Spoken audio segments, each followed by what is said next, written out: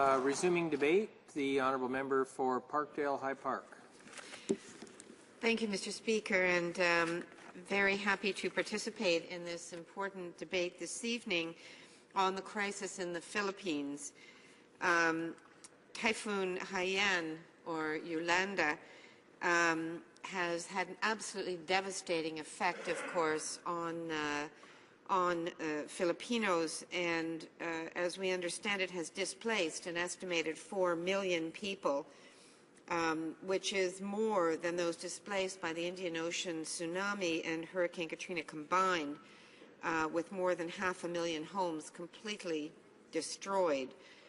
It's our understanding at least 13 million people have been affected throughout the Philippines, with over 4,000 estimated to have died, 18,000 injured, and 16,000 people still missing. So, Mr. Speaker, I want to begin my comments this evening by extending my sincere sympathies to all those affected, obviously, the Filipino population who have been so devastated by this terrible event, but also the many friends and family members, colleagues around the world who have been affected as well. It's created terrible uncertainty, terrible worry, and it has also mobilized people around the world to act as quickly as possible. I want to especially extend sympathies to the Filipino community in my riding of Parkdale-High Park. I've reached out to the community center, to Kababayan Multicultural Center, which is the heart of the Filipino community in Parkdale-High Park, and I know has served so many newcomers of Filipino descent to our area, and today continues to work with those Canadians of Filipino descent, seniors, young people, as well as other community members needing assistance, services, language training, job help.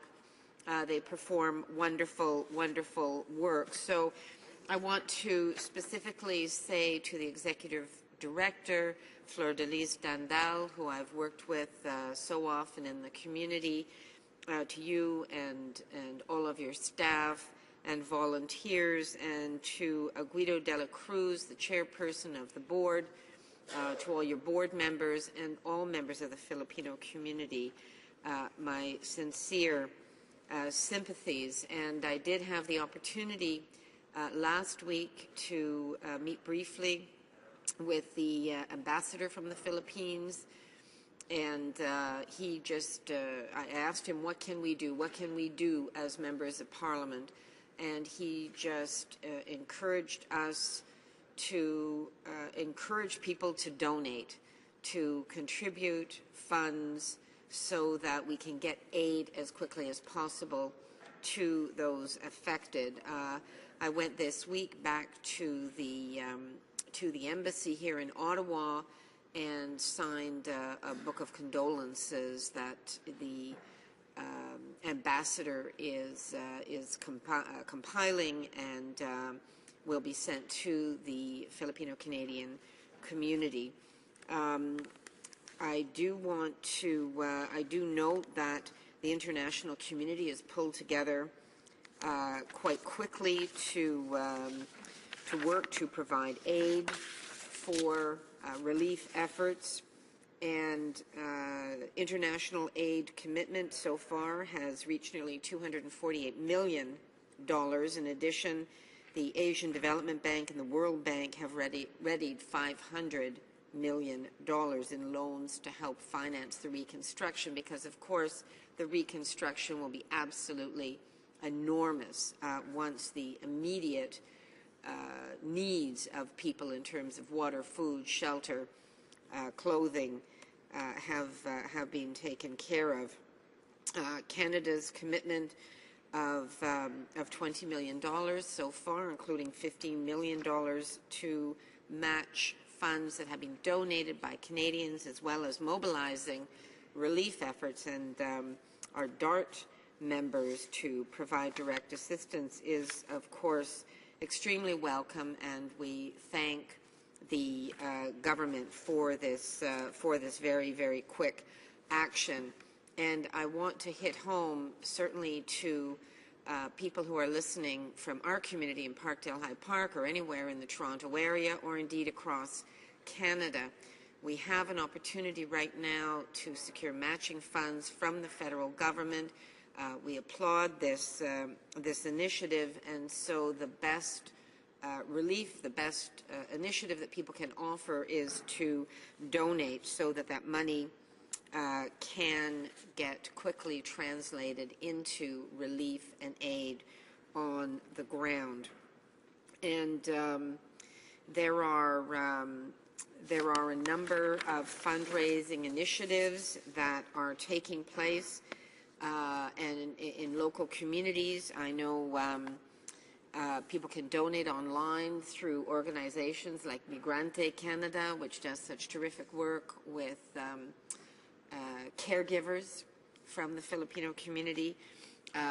They can work through Kababayan in Parkdale-High Park, or people can donate directly to humanitarian organizations, the Humanitarian Coalition, the Canadian Red Cross, World Vision, UNICEF, whatever their preferred recognized charity is that knows how to translate this money quite quickly into action on the ground. Now, Mr. Speaker, I do also note one specific event that I'm going to be participating in a couple of weeks. Is being organized by Long and McQuaid Musical Instruments in Toronto. They've got a singing contest with John Santos coming up, and we're going to be singing to raise funds for the victims of Typhoon Haiyan. So that's Friday, December the 6th at Casa de Madera Community Centre on Dupont Street in Toronto. Now, one further point I'd like to really make is this typhoon was especially hard-hitting for the Filipino community because so many people of Filipino origin in Canada and indeed in other countries around the world are separated from families back home. Many people of Filipino origin have come here to Canada to work as caregivers in people's homes or in the healthcare sector. So often these are people who have left their own families, their own children behind. They've missed milestones in their children's lives because they may be caring for other people's children. And that presents its own special hardship. But when you are separated and something disastrous happens, like this typhoon, it's especially gut-wrenching for people separated from their loved ones. So many who come here to Canada, they want to sponsor family members. We meet with people from the Filipino community in our constituency office regularly.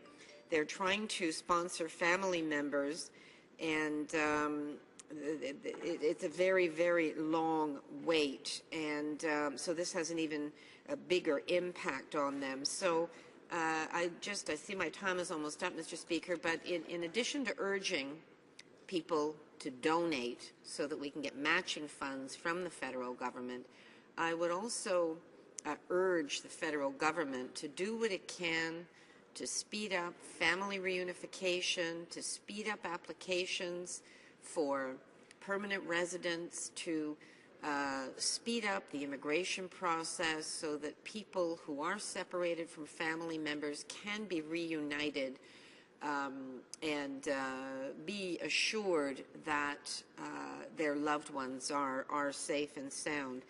And with that, I believe my time is up, Mr. Speaker, and I welcome any questions or comments from my colleagues in the House. Questions and comments? The Honourable Member for Winnipeg North. Mr. Speaker, I do believe it is important for us to acknowledge the effort that Canadians from coast to coast are in fact playing. It goes well beyond just individuals of Filipino heritage. In the few days last week, for example, whether it's going to the local McDonald's and you see the little tin cup asking for donations, Carter International, a wonderful company, many people of Filipino heritage work at that particular company, gives my office a call, want to have a Philippine flag for the Santa Claus parade on their float. They raised thousands of dollars the previous night for a social. You have groups that are there for prayer services, Mr. Speaker, at numerous churches within the community. We had senior groups getting together, soliciting donations.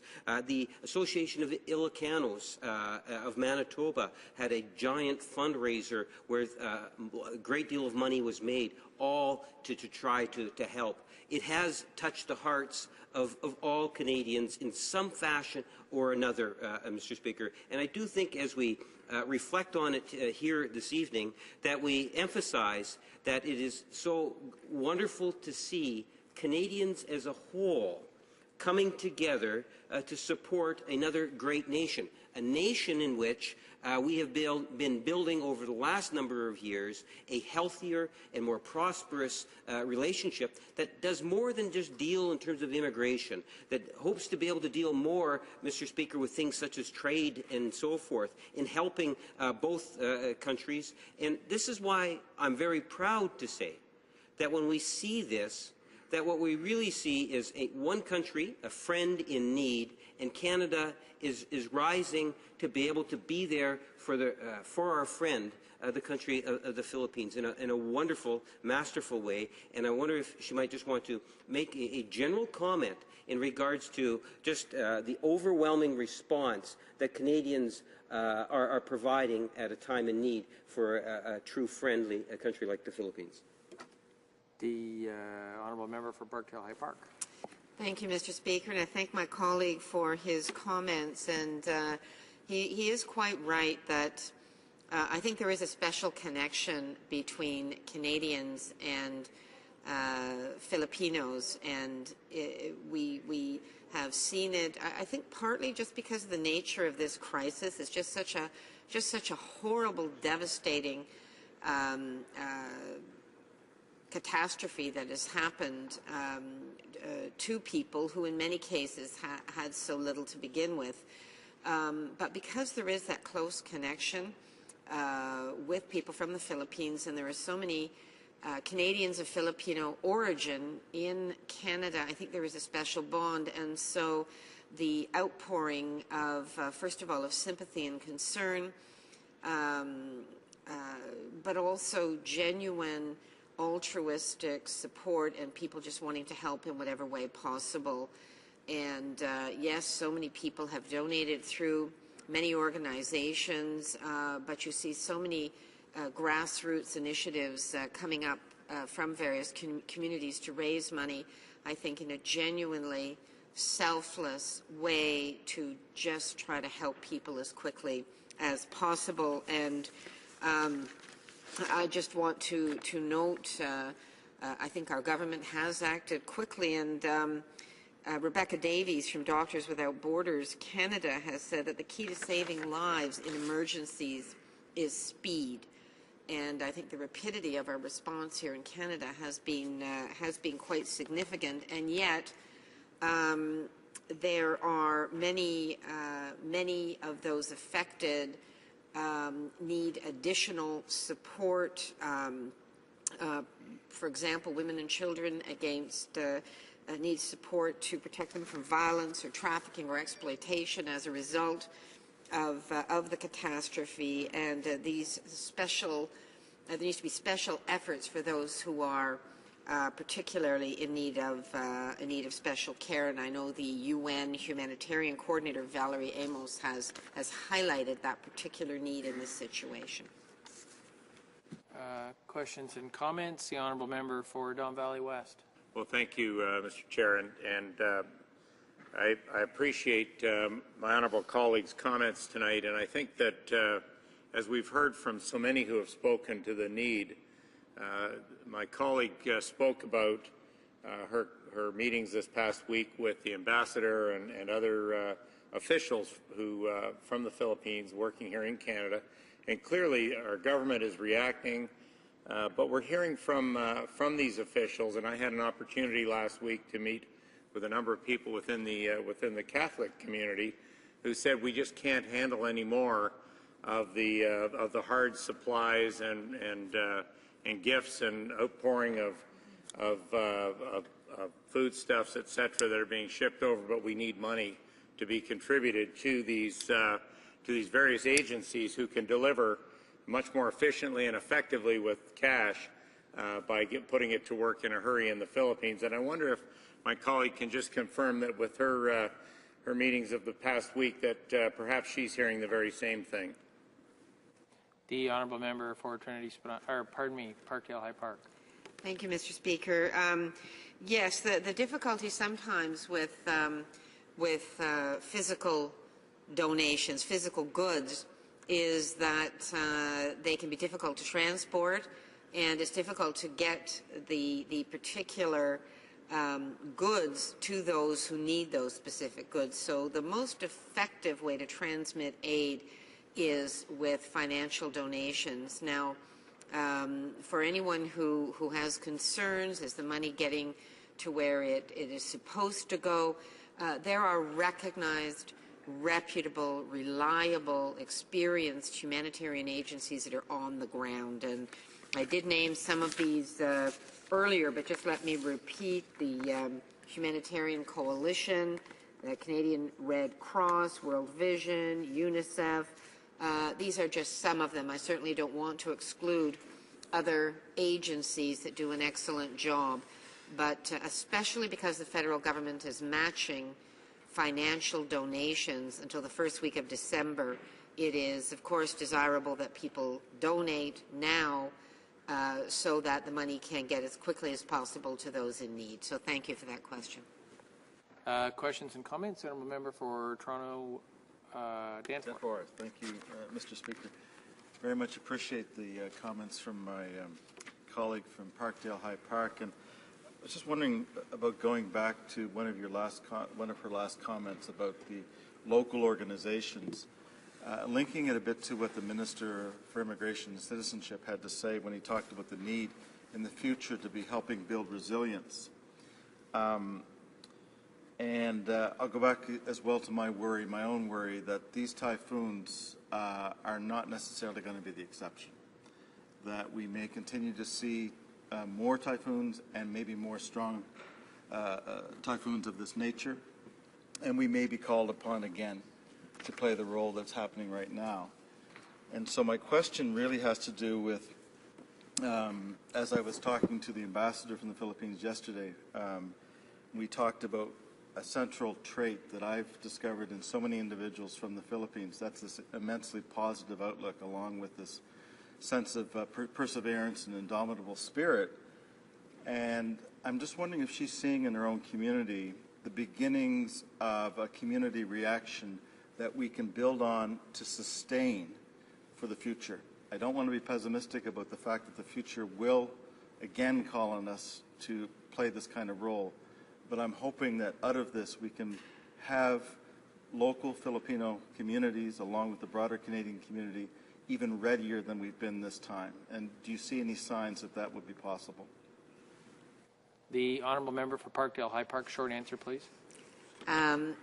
You know, I think people at this moment are focused on the immediate need, although I think your question is an excellent one. And you know, it's one thing to put out fires, but what we need is good fire prevention and good fire safety measures. And I think that's what you're talking about. And the Filipino Canadian community is a very positive, a very caring community, and it's a community that's very united, and people have a very strong network. So I think that in terms of getting past the immediate tragedy, and building resilience, as you say, for the future is something that people will turn their minds to. And if any community can do it, I believe the Filipino-Canadian community can do this, and perhaps we can learn some lessons that will apply to other situations of similar urgency.